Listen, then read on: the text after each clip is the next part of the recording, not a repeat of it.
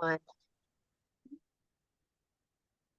Good afternoon. Welcome everyone to today's urgent briefing on the SBIR reauthorization, the INNOVATE Act. I'm Linh Hoang, CEO at the Outpost, where we work with innovators navigating the federal market. With us today, we have two familiar leaders deeply involved in shaping and interpreting SBIR policy. Eric Blatt is a partner at Scale, one of the nation's leading dual-use attorneys advising companies on compliance, growth, navigating federal innovation policy.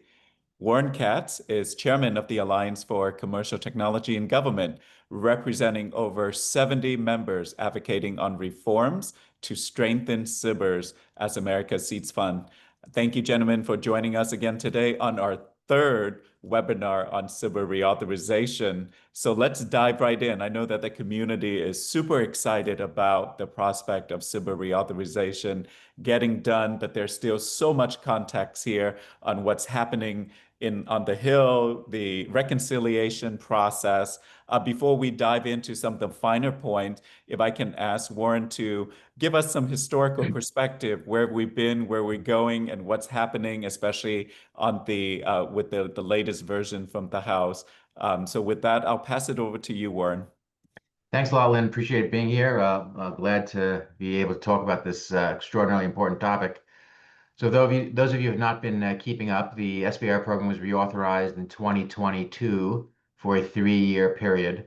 There was a bunch of good stuff in the 2022 reauthorization that the Alliance was involved in negotiating. We're very happy to get a bunch of stuff in there, the definition of open topics, some commercialization benchmarks, a bunch of other good stuff. It was going in the right direction. It was only reauthorized for 3 years, however, so it expires September 30th, about 5 weeks from now. And in general, the way these things work is the SBIR program is under the auspices of the Small Business Committee in the House and Senate. So in general, one side might come up with a bill that could be bipartisan, meaning both Democrats and Republicans agree on it, or bicameral, meaning that the Democrats on both the Senate and the House come up with their own bill, or the Republicans, vice versa. So in this particular case, the first bill that came out was from Senator Joni Ernst, the INNOVATE Act, which came out a few months ago, which we loved. We thought it was had a bunch of stuff the Alliance had been promoting with the Senate Republican small business staff for years, since the 2022 reauthorization.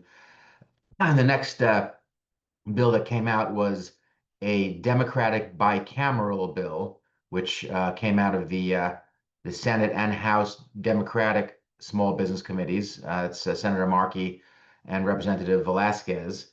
That came out a few weeks after the INNOVATE Act. And then finally, just a couple of weeks ago, the House Republican Small Business Committee, led by Representative Williams, came out with the House version of the INNOVATE Act, which we subsequently learned was a negotiated agreement between the Senate Republicans and the House Republicans. So the Republicans, it's sort of a bicameral bill now at this point.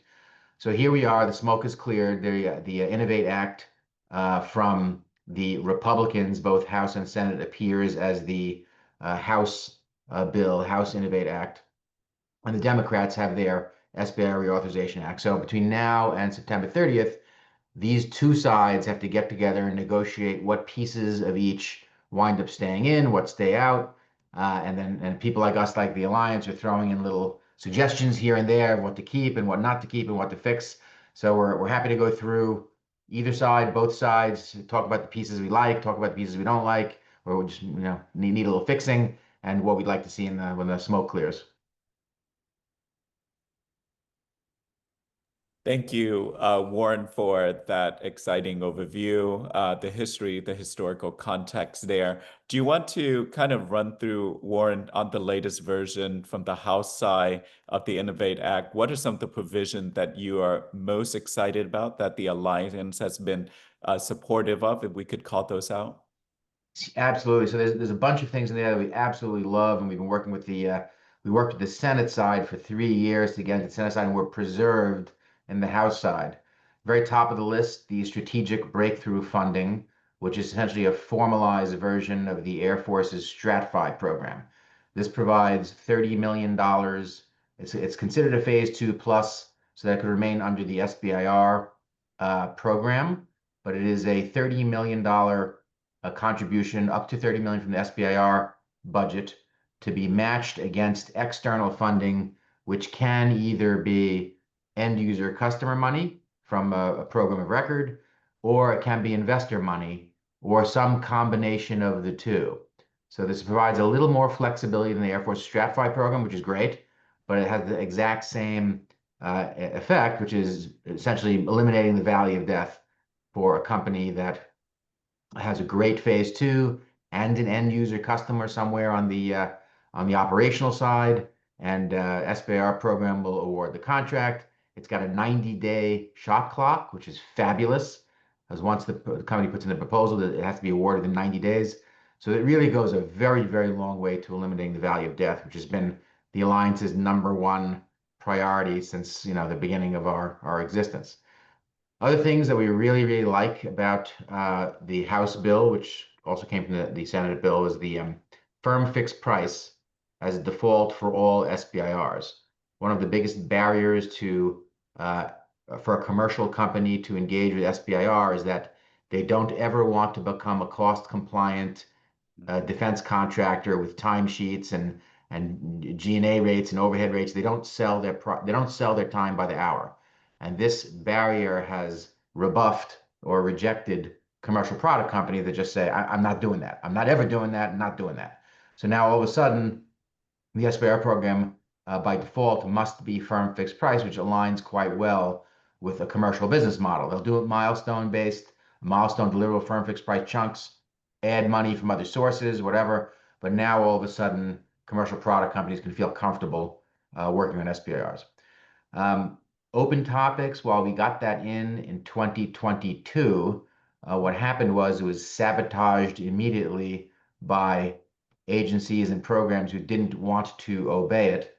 So what they did was they took the word open and they slapped it on their regular niche-y, extraordinarily, narrowly focused topics, and called it an open topic.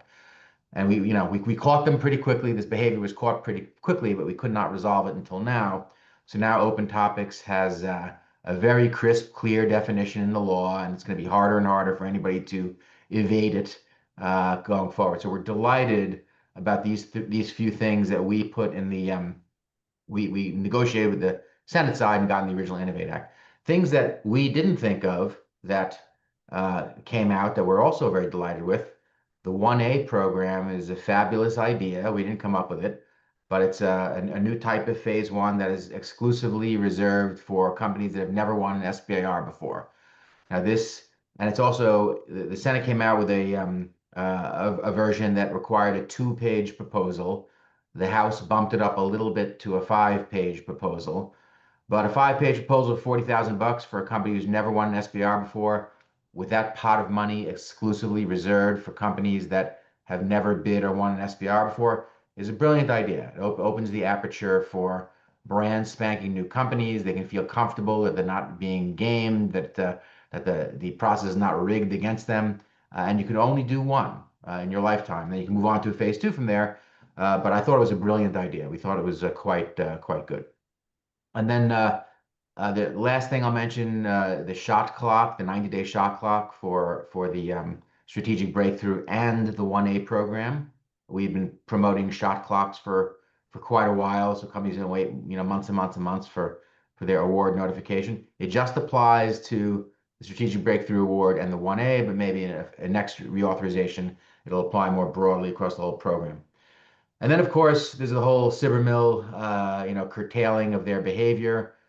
We've been negotiating this for years and years and years. Finally, some real teeth came out in the Senate version of the bill. Some of those teeth still reside in the House version of the bill. Watered it down, weakened it a little bit, but as is, we still think it's pretty good. So I'm going to stop there, and we can delve into the things we think we need to be fixing, if you like. Yeah, there's a lot there to unpack for sure. One of the favorite areas for me is, getting company to be SBIR eligible, right? And the 1A program will open a lot of opportunities there. And you did mention that one 1A program for the lifetime of the company. Maybe question over to Eric on the specific of that. If a company secure a 1A, does that allow them to move towards sole source further down the road? Does the language allow them to do that? That's my understanding. So the way that the SBIR Phase 3 program, the SBIR program is structured is that if you have technology that was engaged in an SBIR, it can be a Phase 1 or a Phase 2. A Phase 1A would be a type of a Phase 1. You can go directly to Phase 3. You immediately have sole source authority under the Phase 3 provision. And so, yeah, a company could come in, get the Phase 1A, little, 5-page proposal, $40,000 award. The government loves what you're doing. They want to put you on contract right away, and they want to use program office dollars. They could do that almost immediately. I think it's a potentially a very powerful tool. No, that's definitely to be sole source eligible. It's a really an important category for a lot of small business as they compete in this space. The other piece that I'm really excited about is a true open topic. And you've seen agencies, just simply slapping the word open topic on a conventional topic.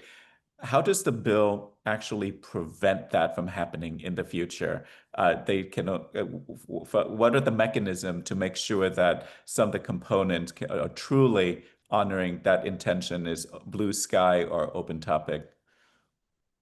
So, if you read the language of the bill, it goes as far as defining what an open topic is. And I don't have the bill up in front of me, but it does say have language like an open topic is a topic where the specific, version of the solution is not, defined, and the problem is stated as a high level operational problem without a presupposition to what the solution might look like. It did have a lot of language borrowed from the GAO's report on whether agencies were violating open topics or not, which the GAO concluded that yes, 7 out of 12 agencies, I think, were violating the spirit of open topics. So the language in the legislation does, in fact, very clearly define an open topic as something where the solution is not provided, suggestions of the solution is not provided, just a high-level version of the problem. And I actually did open the bill. It's a very good definition. So the problem with 2022 is that do open topics, it just didn't provide the definition. Now we have the definition. It would be an open topic is a solicitation that is a generalized problem statement or broad technology area and does not contain any language requiring that the solutions that a small business concern proposes adhere to specific technological specifications. So a broad technology area, no specifics on how you do it. If you want to have an open topic, you have to have an open topic, and your open topic has to meet that definition. That's great. Thank you, Eric, for referencing the exact language. We can always count on you to read the finer prints. With that in mind, can we dive a little bit deeper into some of the items in the House version that many of us might not be familiar with, and that would be beneficial to this community? Eric, if you could, elaborate a little bit more on the proposed lifetime cap and the commercialization benchmarks area. I think it's important for our ecosystem to understand some of those new proposals. Yeah, so the caps and the commercialization benchmarks. I mean, the reason that these exist, and we support these, right? The reason that the caps and the commercialization benchmarks exist is there's a little bit of an incentive problem in terms of how the program is structured. We believe that the purpose of the SBIR program is to provide funding to companies so they can go out and they can develop great products, great technology, and then build a sustainable business around those products and that technology. What it turns out is a lot of companies use the program for exactly that. Some companies wind up determining that the SBIR funds themselves can be the business model unto themselves, that getting the sort of the grants and the contracts in the door that can be the end unto itself. And it turns out that If you're just really good at writing proposals, maybe you're not so good at commercialization, but if you're good at writing proposals, you can keep getting that money in the door. And the government has a hard time, as they're evaluating these proposals, the government has a hard time determining which companies are good at commercializing and which companies are just good at writing proposals but don't actually commercialize. So we think that there should be real incentives to, take the government money and turn that into a sustainable business. And right now, the incentives just are not strong enough. And we have companies that are just going after the money and not working hard enough, not hiring salespeople, not figuring out the go-to-market. They're just not investing in these things. And we don't think that's a good use of taxpayer money. And so we want to see, caps. A hard cap would be a good way. Hey, you get $75 million of funding. That's enough. Go run your business now.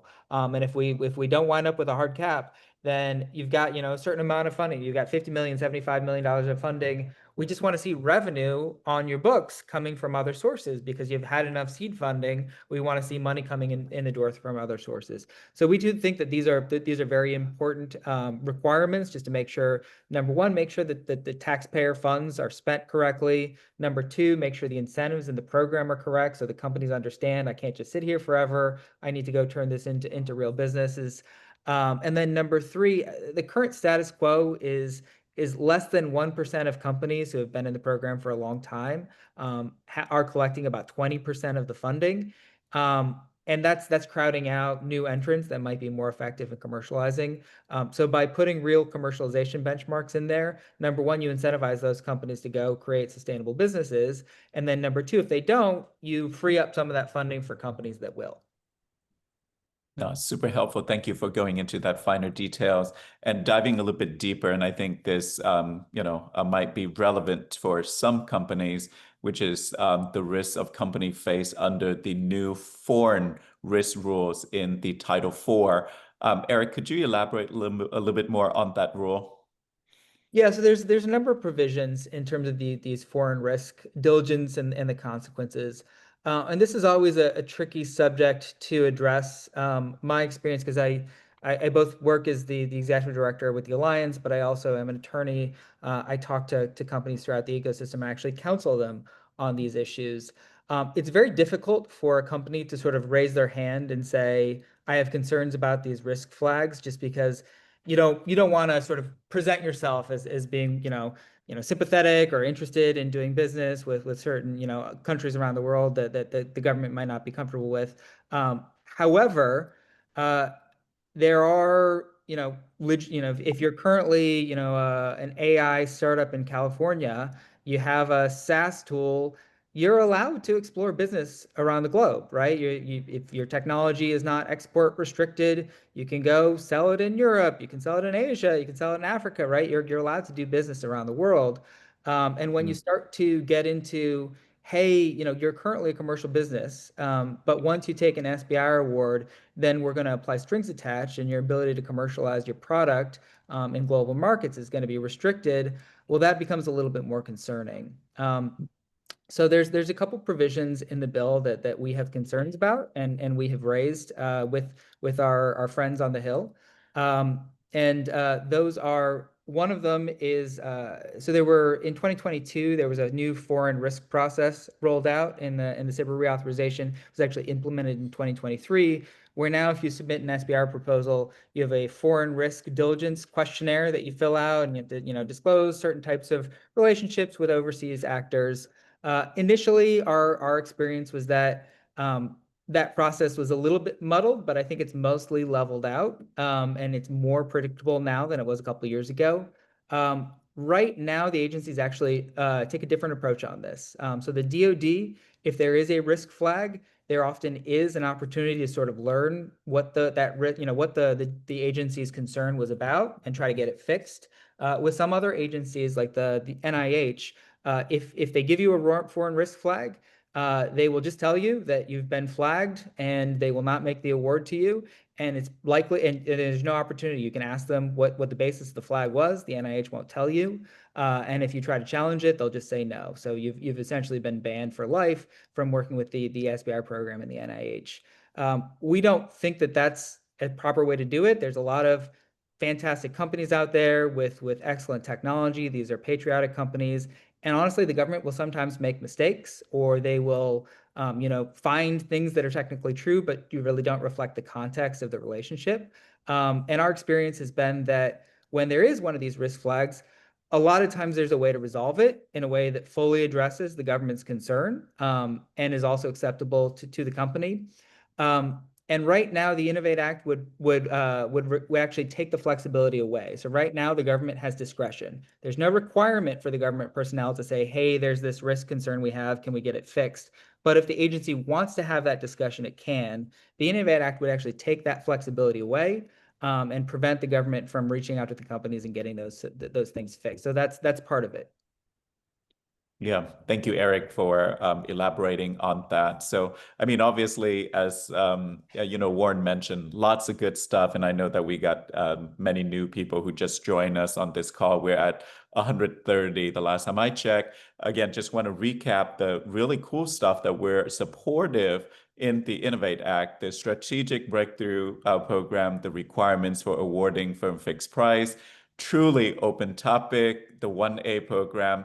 Lots of good stuff in that bill, and we continue to endorse it. And I think that's going to pass very successfully.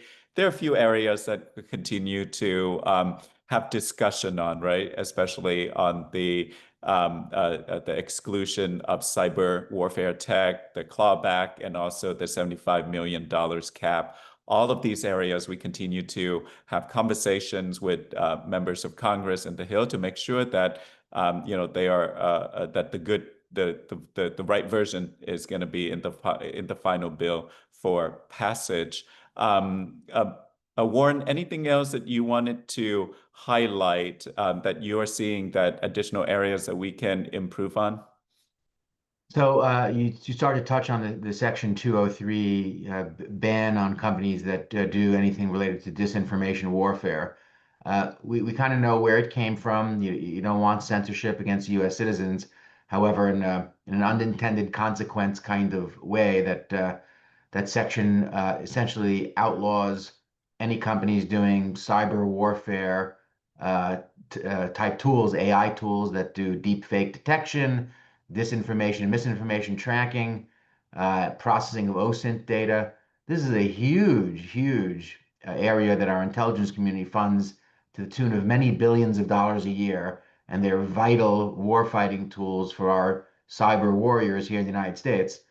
That Section 203 inadvertently outlaws all that kind of research from small businesses, which is kind of insane.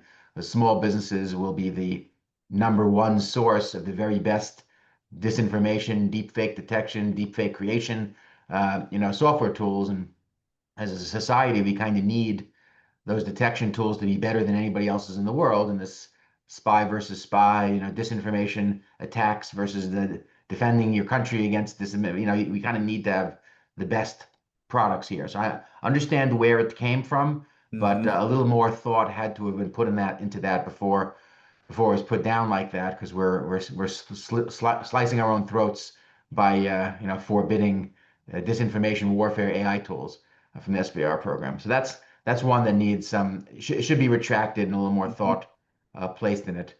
Eric went over quite thoroughly the Title IV stuff of foreign effects and foreign influence in SBIRs. Our approach at the Alliance, and it should be taken fairly seriously, is that small businesses that do SBIRs should not be singled out for higher scrutiny than every other small business in the defense innovation ecosystem or defense industrial base. If a small business bids an SBIR and the DIU contract, now those two contract mechanisms have a different set of standards for foreign influence. It's kind of insane that there'd be two different sets of rules depending on which budget the money came out of. It makes no sense. In the United States, we do have a very good mechanism, CFIUS, Committee on Foreign Investment in the U.S., run by the Treasury Department. Their job is to make sure there's no adversarial capital inside companies that invested in the United States. And then the State Department and the Commerce Department manage international traffic in arms regulations, ITAR. So the rules around exporting U.S. domestic technology to foreign powers is also a whole 70 years of rules and regulations in that process. So it makes total sense for those processes to be refined and tweaked and apply to everybody, as opposed to having a special set of rules inside the SBIR program. So that's our attitude from a higher abstraction level above the Title IV stuff. And it's tough to throw that back on these committees and ask them, hey, throw this stuff all out and go back to basics, because we are only 5 weeks away from the authorization. So that in all practicality, fixes like Eric's been talking about will probably have to go into Title IV. But that is our position, that it's not fair to make SBR companies have a higher standard than the same company bidding on a BAA or a DIU contract. It makes no sense.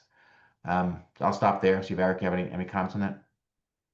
No, I agree fully. And then just to be to for clarity, so that people know what's in the bill. So there's the notification ban, and then there's a second provision that says if you win an SBIR, and then if you engage in certain types of licensing actually not certain types, any type of licensing transaction uh, with anywhere in the world, excluding NATO allies and certain identified major defense allies. So Australia, Japan, South Korea, those types of companies would be permitted. But if you do a licensing transaction with a company anywhere else in the world, you would have violated the bill text, and then your SBR funds could potentially be clawed back.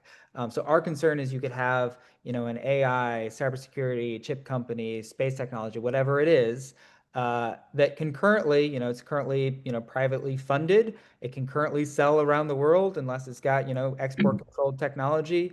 If it takes an SBIR and sort of takes the advancements from that SBIR and, incorporates it in the commercial product, which is what the SBIR program is intended to do, now you can't sell that product in places that you otherwise could. So the sort of the talking point that we've been using is, hey, you're a SaaS company and you do, the way you sell your product is you enter license agreement. So now someone in Switzerland, which is not a NATO ally, clicks buy on the website, you've now licensed the technology to Switzerland and you've broken the law. We think that's just too broad. That's really good. And I appreciate you guys for going in depth on a lot of those clauses. Super important. Again, there are lots of goodness in the Innovate Act, which we're endorsing as an ecosystem. And then there are a few things that we need to continue to have dialogue, as Warren said, and we're going to continue to work that out through the reconciliation process. So, and I see that there are lots of questions coming into the chat right now. We're going to get to you here in a few minutes. And I think some of the questions will have an opportunity to further clarify some of those clauses in the Innovate Act. But before we move over to the Q&A section, I wanted to pass the mic back over to Warren on some specific requests for the community, for the ecosystem, on what we can do as individual, as companies, to help move this Innovate Act across the finish line. This next 30 days is going to be really, really critical to influence a successful passage of Innovate Act. What are the specific asks for the communities on this call?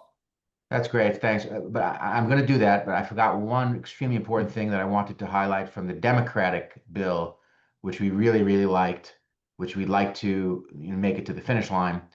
So the quote unquote allocation of SBIR money is 3.25% of the extramural R&D budget of the entire federal government.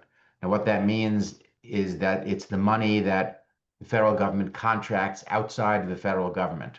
So 3.2%, if you added up universities and private companies and small business, big business, all that money, of the RDT&E budget, 3.2%, 3.25% of that money is set aside and given to SBIR. So that historically, last couple of years, been about $4 billion a year. It's probably going to take a little bit of a leap in 2026, 7, 8 with the increase in RDT funding. So it's going to go up a little bit. However, one might ask, what is the appropriate division between university-based, very basic research, government laboratory research, which might be a little farther up the TRL scale, private company research at large primes and small commercial startup companies that might want to combine their venture capital investment, their own internal investment in order to make a product. So historically speaking, the very last stage, the test and evaluation and prototyping and use sort of sector of that budget used to be after World War II and for like 20 or 30 years after that, about 60% of the overall RD&E budget. And it makes sense because scientists working in a lab, an experiment is actually relatively inexpensive as compared to dragging an airplane out to a test field and flying it around for months or years and having hundreds of people evaluate and assess its performance. So the T&E side of the RD T&E equation almost always had more than half the money. That has eroded over the last few years, which is not really a good thing. Because now we're very, very heavyweight in the basic research with universities and labs and extremely lightweight with the practical prototyping, deployment, and productization, scale up, commercialization, T&E type things. So if you ask me what the right breakdown is, it would be going back more towards a ratio that we used to have in the past. Let's just call it a third, a third, a third for TRL 1 through 3 being 1/3, TRL 4 through 6 being another third, and TRL 7 through 9 being the last third. Now with private industry and venture capital showing up, that last third will be supplemented by a lot of other people's money, programs of record, venture capitalists, whoever. So it wind up being quite a bit more than 33%. So now if you take that last 33% and you ask yourself, how much should be divided into small, hot, young little startups versus more conservative, larger defense contractors or R&D houses that aren't quite as motivated or aren't quite as risk averse as a hot little startup company who's trying to come out with their first product, you would come to the same conclusion that I hope you would, that more than half of that money should go to small little commercial startup companies who are hell-bent on bringing that product to market and getting into the hands of the warfighter and the hands of the public. So that points to an SBIR budget of roughly 16.5%. Okay. I think a number in that relative, order of magnitude is about right. Okay. So we're at 3.2% right now.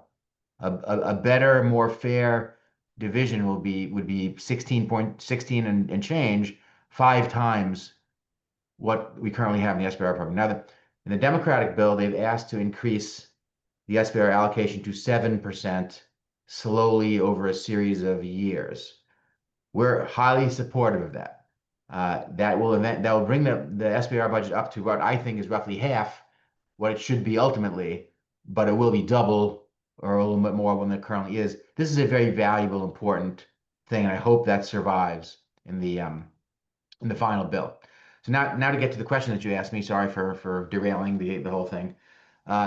It is very, very important for everybody on this line, everybody involved in this process, to make your voices clear with your Congress people. They unfortunately get to see this information only through a soda straw.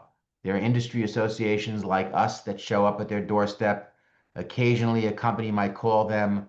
Other industry associations that have other motivations show up at their doorstep. And sometimes it crowds out the true story.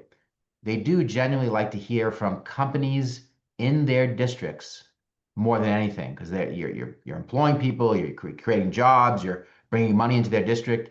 So if you're a company and you have a strong opinion on this, and you all should, even if you have a mild opinion, you should make your opinion known. Please, please, please go out and find out whether one of your representatives, either the senator or the representative or congressman, is on the Small Business Committee.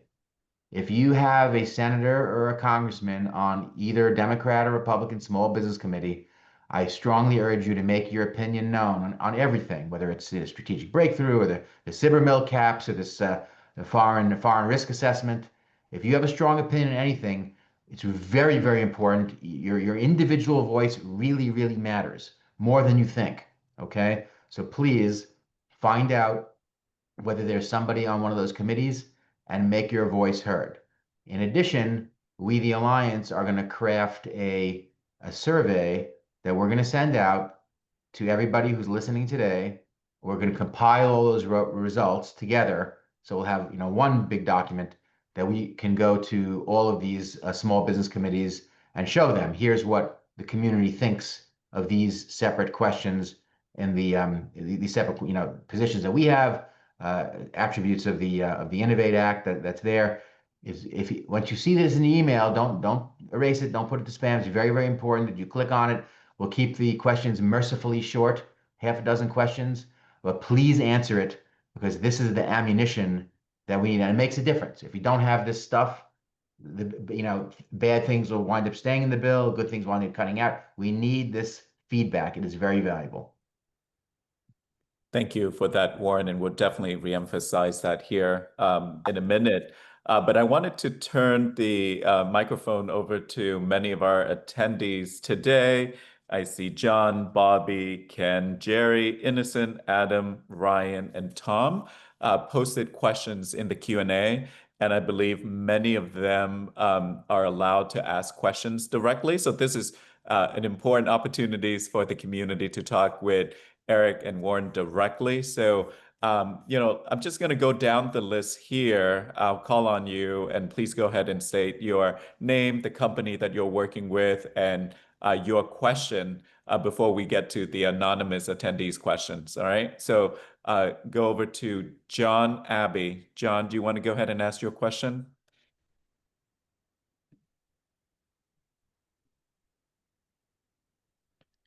All right, I'm not hearing from John, but I'm going to go ahead and ask on his behalf anyway.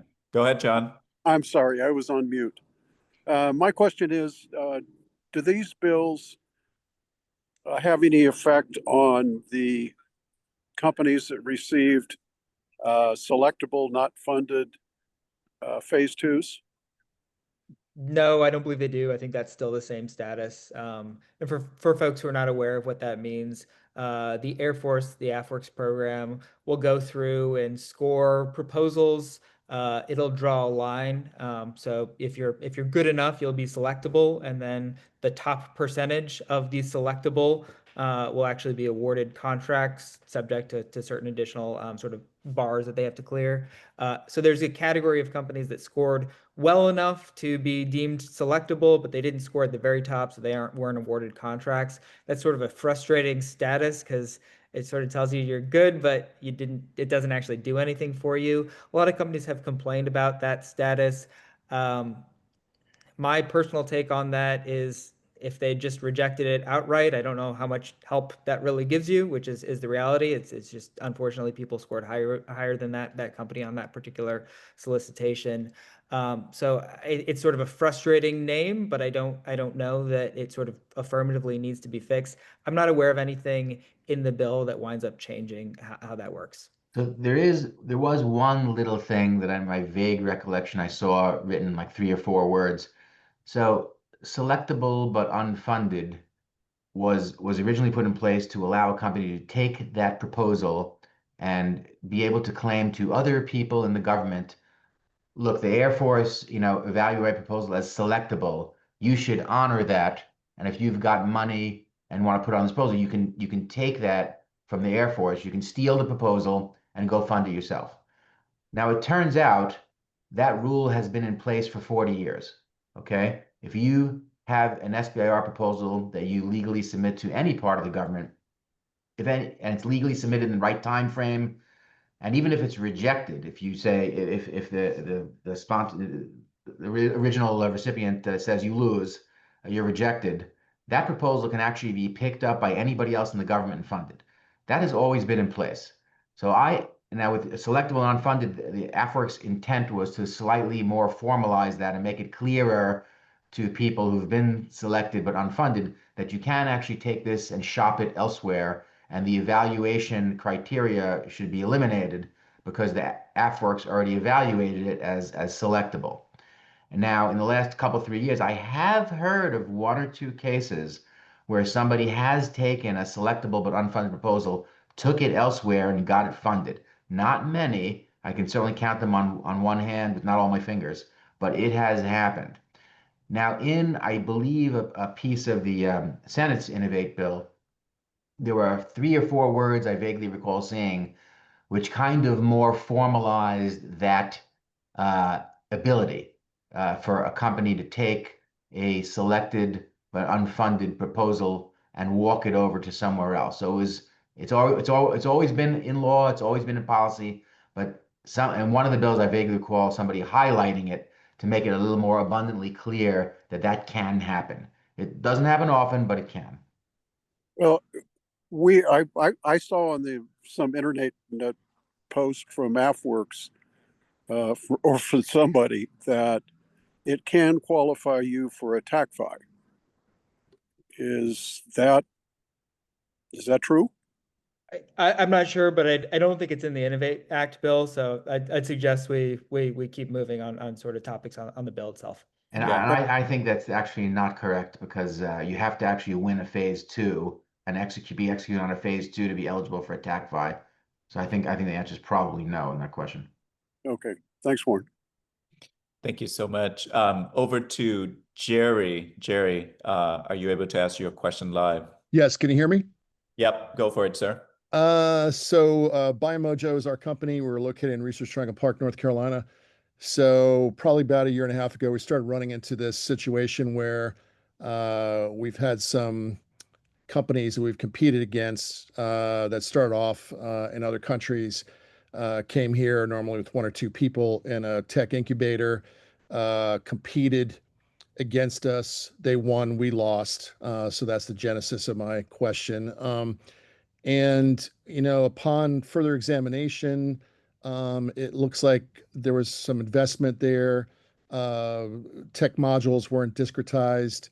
So there was foreign investment in a core technology that was included in, an offering to the government to compete for SBIR. And I looked at the draft, not very recently, but maybe a couple of months ago, and this seemed to be addressed very specifically, which is good. But we just don't know what kind of dialogue has been happening there. But it's been something that's been incredibly frustrating to us. We're here, we have 100% US citizen employees, we hire a lot of veterans, and we're trying to do this on our own here.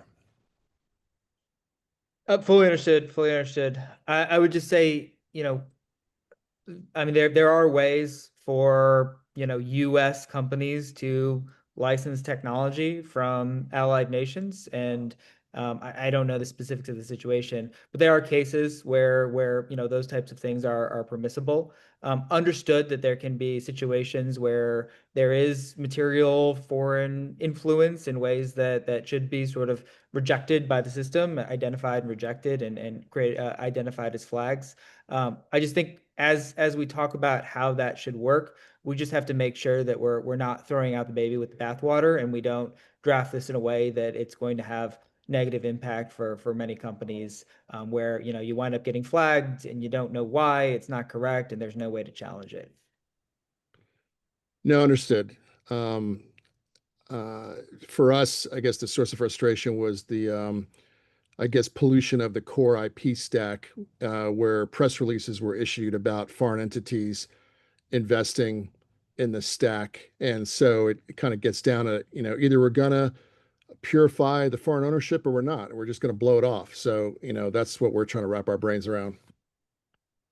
Understood. You're one of the few people who actually might be excited about the Title IV thing then. I think that a number of people who are loathing it, who might have a tiny little bit of equity from a foreign investor they don't even know about, and blowing them up is one end of the spectrum. But yeah, so anything that gets you would probably be helpful to you. Thanks. Appreciate it, Warren. Thank you. Thank you for that question. Up next over is Innocent. Go ahead and ask your question. Hi all, this is Vic Innocent. I'm GP of Frank and Build Ventures, blah, blah, blah. I actually had a few different questions, but during the conversation, you've touched on a number of them.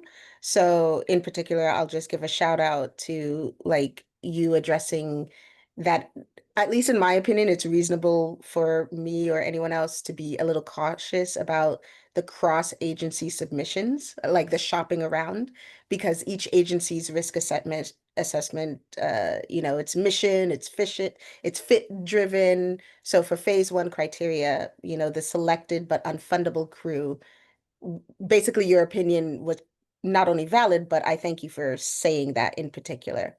Anyway, I have a new question since you guys were talking and answered some of my others. So I'm just going to say, from the perspective of a VC firm, where do you see opportunities to closely work with some of the agencies? And then I also wrote, I'm thinking like a firm able to bridge tech diligence with the governments. And also, in your opinions, do you see value in that kind of matchmaking? Because I, for one, am definitely out there calling senators, doing that part. But I also want to acknowledge the public-private partnership opportunities. And so it's not just me. Lots of other firms are wondering this. So what's your opinions?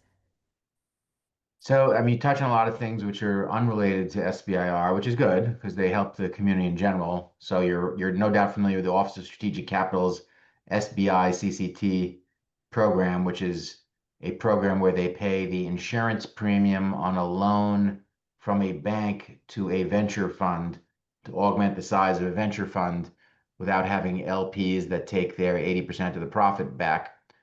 For those of you who don't understand what I'm talking about, it sounds like a bunch of gibberish, but it's a way of allowing more capital to flow into the venture capital side of defense technologies, national security technologies at a lower rate. It was a brilliant idea. It's kind of complicated, but that works quite well. Vicky, maybe talking more about something like an automated, sanity checker for cap tables. Yes. Yeah, Okay, where exactly. Because I'm familiar with the SBI CCT Critical Core Tech license. But good point to mention it to anyone else because I do encourage everyone to know about it and if their firm can do it, blah blah blah. Great. But yes, I'm thinking more of a sanity check. Also, I'll squeeze in one other question which I realized I asked, but it wasn't answered. So I'll just put it out there. What do you think about like if a company is actually awarded a 1A, do they, from your reading of the full Innovate Act, and this goes to both of you, do you think this is like a clean slide from first base to second base into phase two? Or are there any conflicts that you think haven't really been addressed in the Innovate Act? So I guess I'm pestering a lot of questions. Answer anything that you want. well, let me finish answering your last question because I don't think I properly did. Yeah. In the in this day and age, with AI, ChatGPT, whatnot, the onslaught of SBIR proposals into the government is going to be horrific from the standpoint of government evaluators who now have to read all this crap.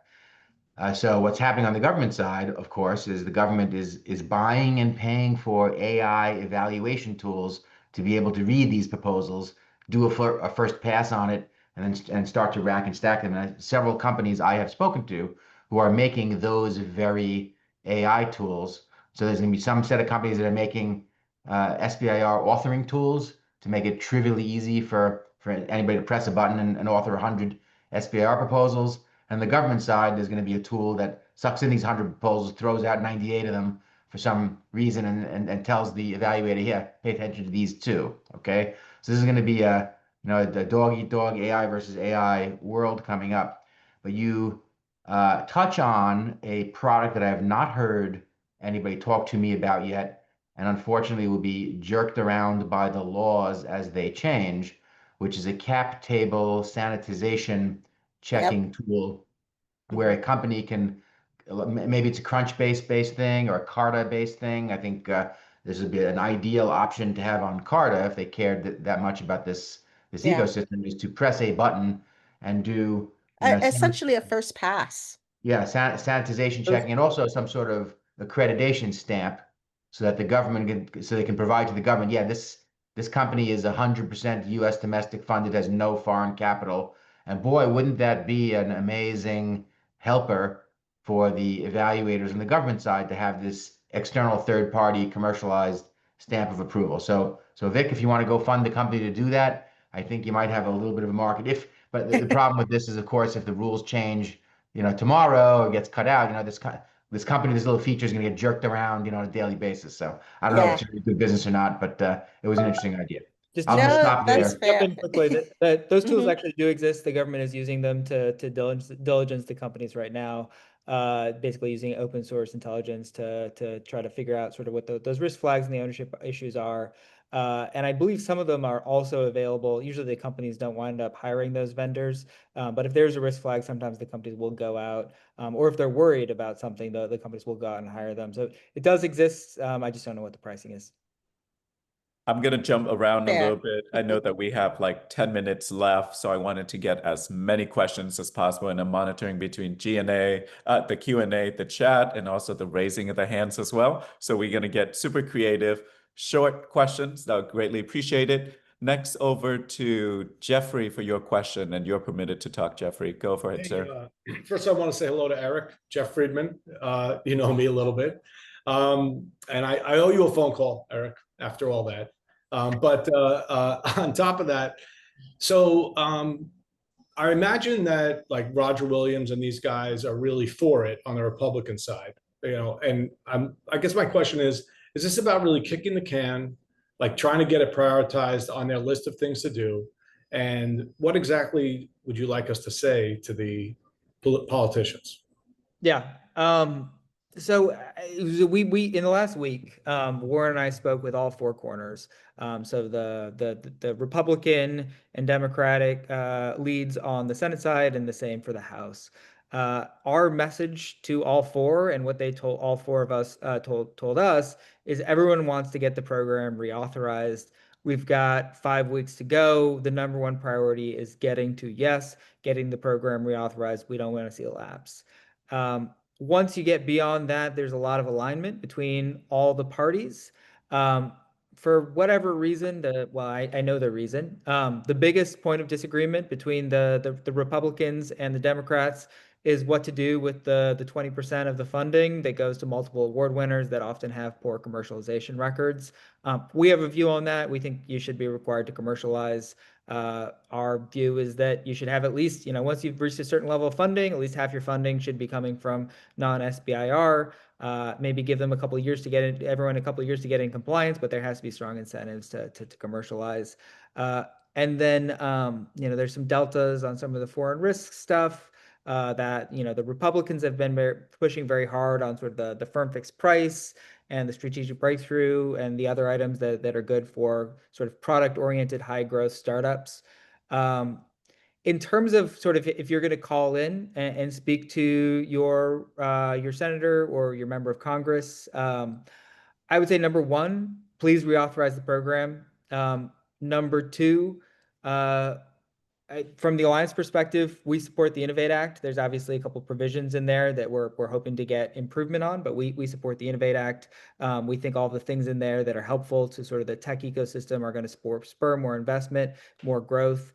And then number three, I mean, there are some specific provisions where we have feedback, and happy to sort of, provide talking points on those. Great. Thank you for the excitement to engage with your member of Congress. Please do so. Share your story, share your success with SBIR program. That's going to get us across the finish line.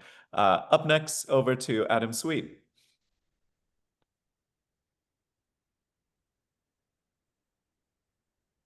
Adam, you're on mute. All right, I'll come back to Adam. Over to Aaron Sparks.